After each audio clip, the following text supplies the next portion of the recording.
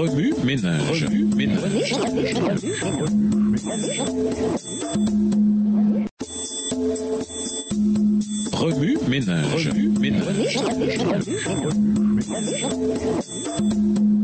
Bienvenue dans votre émission Remue ménage. Voilà la leçon de dimanche. Un voleur déchaîné.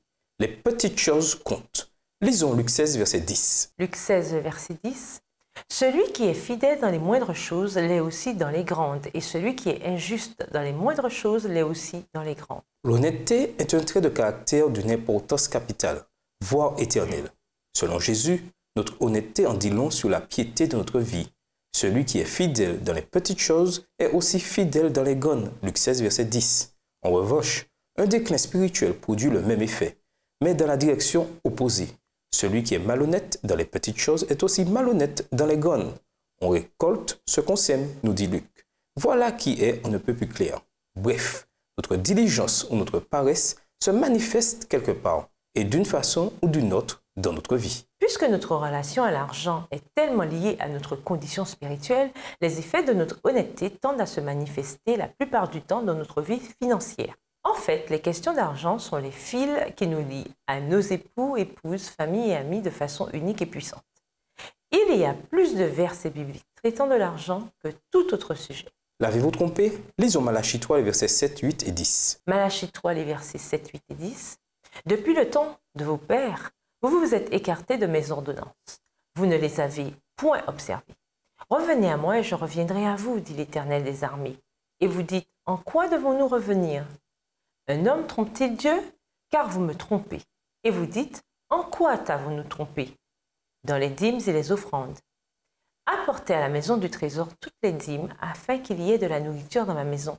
Mettez-moi de la sorte à l'épreuve, dit l'Éternel des armées, et vous verrez si je n'ouvre pas pour vous les écluses des cieux, si je ne répands pas sur vous la bénédiction en abondance. Tenez-vous bien devant cette révélation choc. On peut être un escroc, un bandit ou un voleur. Restez à l'écoute. Malachie 3, verset 8, nous lance cette accusation. Est-il normal de tromper Dieu? Pourtant, vous me trompez. En quoi, me demandez-vous? Dans le versement de la dîme et dans vos offrandes. Le mot dîme signifie un dixième des revenus agricoles et monétaires. Si jamais vous avez retenu votre dixième, la portion de Dieu, de l'un ou de l'autre, sachez que la Bible condamne votre péché et le mien. Pour condamner cette négligence apparemment innocente, Dieu élève la dîme à un niveau moral plus élevé, soit au même niveau que ses commandements les plus importants. Les versets 7 et 9 examinent de près ce passage. Le verset 7 implore les croyants de revenir à Dieu, car si nous le faisons, il reviendra à nous. Mais comment retourner à lui? Au verset 10, Dieu offre grâce et miséricorde à une condition. Apportez donc réellement tout ce que vous devez dans mon temps pour qu'il y ait toujours de la nourriture en réserve. Le reste du verset est la promesse divine suivante. Vous verrez bien que j'ouvrirai pour vous les vannes du ciel et que je vous comblerai de bienfaits. Malachie 3, les versets 7, 8 et 10. La dîme, un acte de foi. Lisons Genèse 22, les versets 1 à 13. Genèse 22, les versets 1 à 13. Après ces choses, Dieu mit Abraham à l'épreuve et lui dit, « Abraham. » Et il répondit, « Me voici. » Dieu dit, « Prends ton fils, ton unique, celui que tu aimes, Isaac. Va-t'en au pays de Morisha, et là offre-le en holocauste sur l'une des montagnes que je te montre. » Dieu dit, « Prends ton fils, ton unique, celui que tu aimes, Isaac. Va-t'en au pays de Morisha, et là offre-le en holocauste sur l'une des montagnes que je te dirai. » Abraham se leva de beau matin, sella son âne et prit avec lui 2 serviteurs et son fils Isaac. Il fendit du bois pour l'holocauste et partit pour aller au lieu que Dieu lui avait dit. Le 3e jour, Abraham, levant les yeux, vit le lieu de loin. Et Abraham dit à ses serviteurs, « Restez ici avec l'âne. Moi et le jeune homme, nous irons jusque-là pour adorer, et nous reviendrons auprès de vous. » Abraham prit le bois pour l'holocauste, le chargea sur son fils Isaac et porta dans sa main le feu et le couteau. Et ils marchèrent tous deux ensemble. Verset 7. Alors Isaac, parlant à Abraham, son père, dit, « Mon père. » Et il répondit, « Me voici mon fils. » Isaac reprit, « Voici le feu et le bois, mais où est l'agneau pour l'holocauste? » Abraham répondit, « Mon fils, Dieu se pourvoira lui-même de l'agneau pour l'holocauste. » Et ils marchèrent tous deux ensemble. Lorsqu'ils furent arrivés au lieu que Dieu lui avait dit, Abraham y éleva un autel et rangea le bois. Il y a son fils Isaac et le mit sur l'autel par-dessus le bois. Puis Abraham étendit la main et prit le couteau pour égorger son fils. Alors l'ange de l'Éternel l'appela des cieux et dit, Abraham, Abraham. Et il répondit, me voici. L'ange dit, n'avance pas ta main sur l'enfant et ne lui fais rien, car je sais maintenant que tu crains Dieu et que tu ne m'as pas refusé ton fils, ton unique. Abraham leva les yeux et vit derrière lui un bélier retenu dans un buisson par les cornes, et Abraham alla prendre le bélier et l'offrit en holocauste à la place de son fils. La promesse d'une bénédiction semblable est-elle une simple question de cause à effet? Une ligne de domino qui tombe ou une allumette qu'on gratte sur du papier de verre pour qu'une flamme jaillisse? Passons une vie de foi, selon Genèse 22. Les 12 premiers versets de ce chapitre racontent l'histoire de la grande foi d'Abraham en Dieu, tandis qu'il approchait de la montagne où il devait sacrifier Isaac, son fils. Mon fils, Dieu veillera lui-même à procurer l'agneau, dit-il à Isaac, l'assurant qu'un sacrifice apparaîtrait. Étant fort riche, Abraham ne manquait pas d'agneaux, sans défaut pour les offrir à Dieu. Cependant, dans un acte d'une grande foi, il les laissa tous derrière lui, tandis qu'il s'acquittait de cette étrange mission divine. Isaac, de sa propre volonté et par la foi, consentit à être lié et placé sur l'autel. Abraham éleva le couteau qui devait égorger son fils, mais à la voix du Seigneur, il s'arrêta net. Il aperçut alors un bélier retenu par les cornes dans un buisson. Dieu avait lui-même pourvu au sacrifice. De même, Dieu promet de pourvoir à tous nos besoins. Abraham eut foi en la promesse. Rempli de confiance, il remit son cœur tout entier aux bons soins de Dieu, ayant confiance en ce que les mondains appelleraient de folles instructions. En ce qui nous concerne, nous n'avons pas besoin d'une foi aussi grande que celle d'Abraham pour commencer ou continuer de donner notre dîme au Seigneur. Cependant, nous pouvons recevoir une grande portion d'une telle foi si nous le demandons et croyons en la promesse. Se lier à Dieu par la dîme. Lisons Genèse 28 et versets 12 à 22. Genèse 28 et versets 12 à 22. Il eut un songe, et voici, une échelle était appuyée sur la terre, et son sommet touchait au ciel. Et voici, les anges de Dieu montaient et descendaient par cette échelle. Et voici, l'Éternel se tenait au-dessus d'elle. Et il dit, « Je suis l'Éternel, le Dieu d'Abraham, ton père, et le Dieu d'Isaac. La terre sur laquelle tu es couché, je la donnerai à toi et à ta postérité. Ta postérité sera comme la poussière de la terre. Tu t'étendras à l'Occident et à l'Orient, au septentrion et au Midi, et toutes les familles de la terre seront bénies en toi et en ta postérité.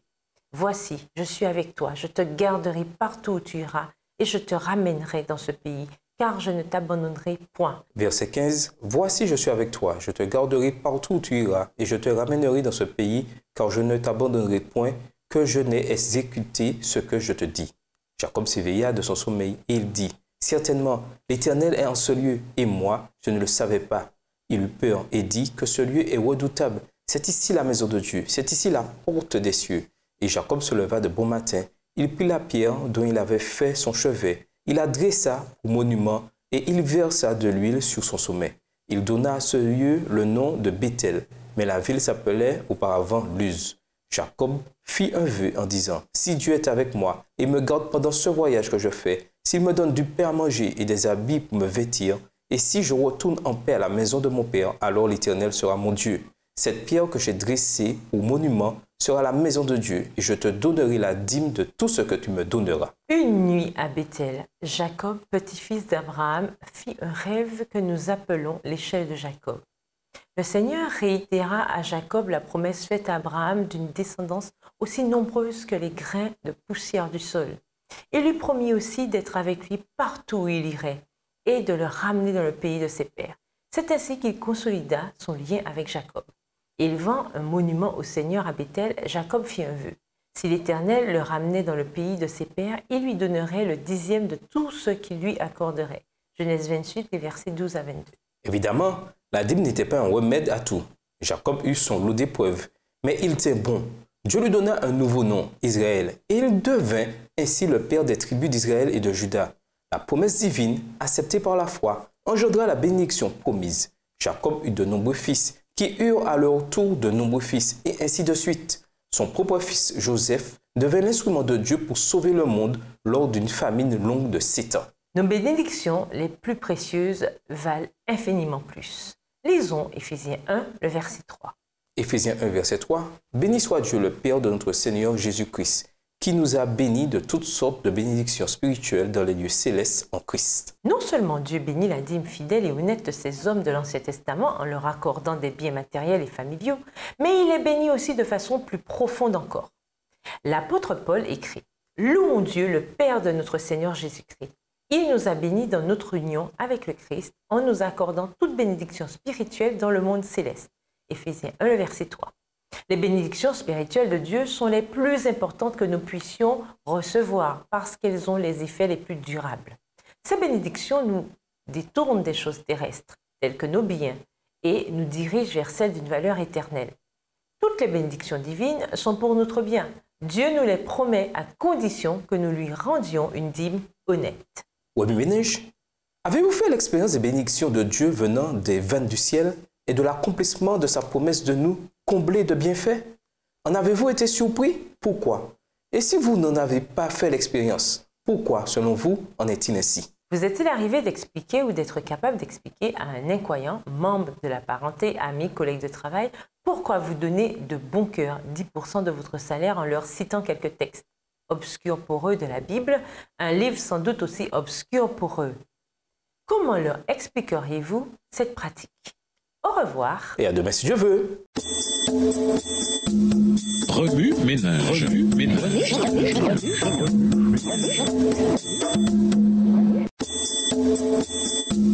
Remue ménage. Remue ménage.